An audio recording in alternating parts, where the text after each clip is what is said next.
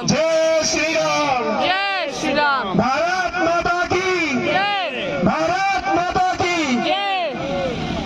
आवाज बहुत कम है, जोश के साथ बोलिए भारत माता की जय। अभी थोड़ा जोश, अभी थोड़ा उभरा है, थोड़ा सा और जोर लगाए। भारत माता की जय। जय श्री राम। जय श्री राम। यहाँ पर उपस्थित आदरणीय मंच और हमारे वरिष्ठ पूजनीय और भाइयों और बहनों, आज मैं आप सबके सामने अपने मौलिक कर्तव्य, जो हमारे कर्तव्य है, उनके बारे में बताने के लिए आया हूँ, अपने कुछ विचार रखने के लिए।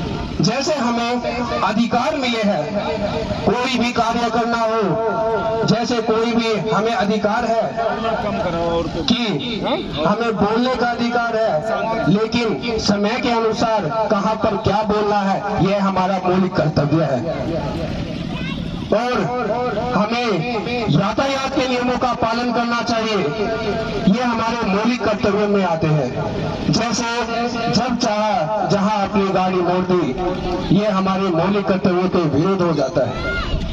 संविधान में हमें मौलिक अधिकार दिए है, उसके साथ साथ मौलिक कर्तव्य भी दिए हैं।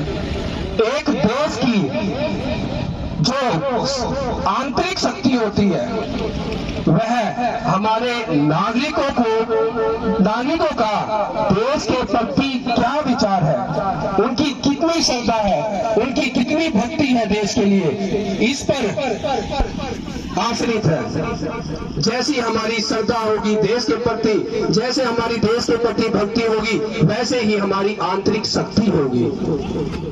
इसका आंकलन अगर हम देश के प्रति, अपने देश को स्वच्छ, देश के कर्तव्यों को, देश के नियमों का पालन करें, तो हमारे देश का नाम पूरे विश्व में ऊंचा होगा। ऐसे ही हमारी मौलिक कर्तव्य है, लोकतांत्रिक कर्तव्य है कि हमें मतदान का अधिकार दिया गया है। हमें मतदान तो देना है, लेकिन किसको देना है? देश हित में। जो अपने देश के लिए खड़ा है उसको मतदान देना है। मतदान का अधिकार हमें, यह हमारे मौलिक कर्तव्य में है, लोकतांत्रिक कर्तव्य में आता है। और हमारे देश में जो हमारे ऐतिहासिक स्थल है, जैसे हमारे बड़े बड़े स्तंभ, जो हमारे यहाँ पर पुराने ऐतिहासिक स्थल है, पानीपत ऐतिहासिक नगरी है, उनकी सुरक्षा करना ये हमारा दायित्व है। और जैसे ट्रैफिक नियमों का पालन करना, वो भी हमारे मौलिक कर्तव्य में आता है। और मौलिक कर्तव्यों का पालन कब कर सकेंगे? मौलिक कर्तव्यों का पालन जब भी कर सकोगे आप, जब आपको अपना बोध होगा कि मैं देश का हूँ और यह देश मेरा है, मैं समाज का हूँ, यह समाज मेरा है। और केवल एक आदमी से करने से नहीं होगा, यह सब करना पड़ेगा सामूहिक। सभी को, सभी की सहभागिता अनिवार्य है। अपने हृदय में सबको साथ लेके चलना पड़ेगा, सबको अनुशासन सिखाना पड़ेगा कि कैसे किसका कार्य करना है, क्योंकि एक करेगा, एक के साथ दूसरे को, अपने आस पड़ोस को वालों को साथ में लेके चलो। अगर उनके ऊपर कोई विपदा आई है, ये मत सोचो कि हम जात पात के उसमें है। हमारा कर्तव्य है कि हमारा हिंदू भाई परेशानी में है, उसका साथ देना हमारा कर्तव्य बनता है। उसके बाद कि हम साथ हो गए खड़े और हमें अपना आत्मबोध भी हो गया, उसके बाद होता है जागृति। हमें जागृत होना चाहिए। जागृत कैसे? कि डिसिप्लिन में रहना चाहिए, समय से उठना, समय से खाना, समय से पीना, अपनी हिंदी भाषा का प्रयोग करना, क्योंकि पाश्चात्य सभ्यता के कारण हमारी हिंदू सभ्यता भूलते जा रहे हैं लोग। और हमारे विचार एक दूसरे के साथ सहभागिता से विचार रखना, जब तक हम विचार रखेंगे कि जब हमारा पूरा का पूरा समाज एकत्रित हो जाएगा तब हम किसी निर्णय पर पहुंचेंगे।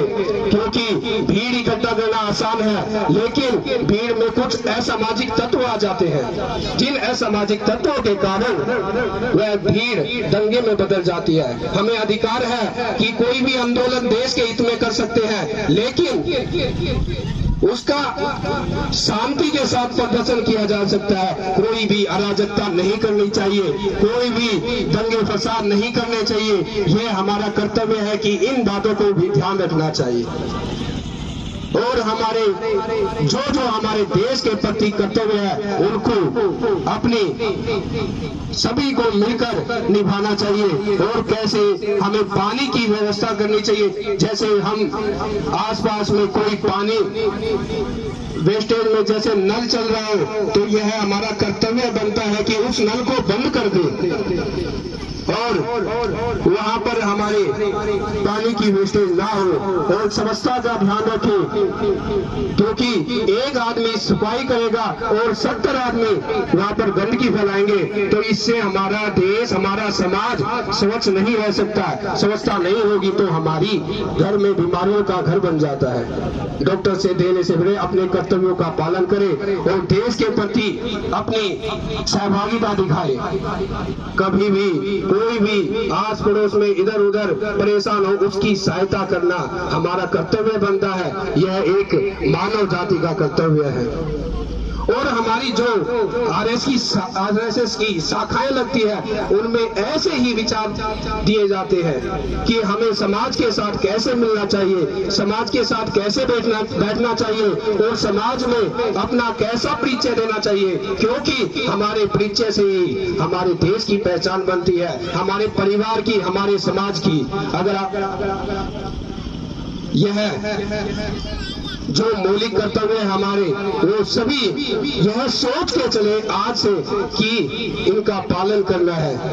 मैं अपनी वाणी को विराम देते हुए एक भारत माता का नारा लगाऊंगा और सभी जोर से बोलेंगे, भारत माता की जय, वंदे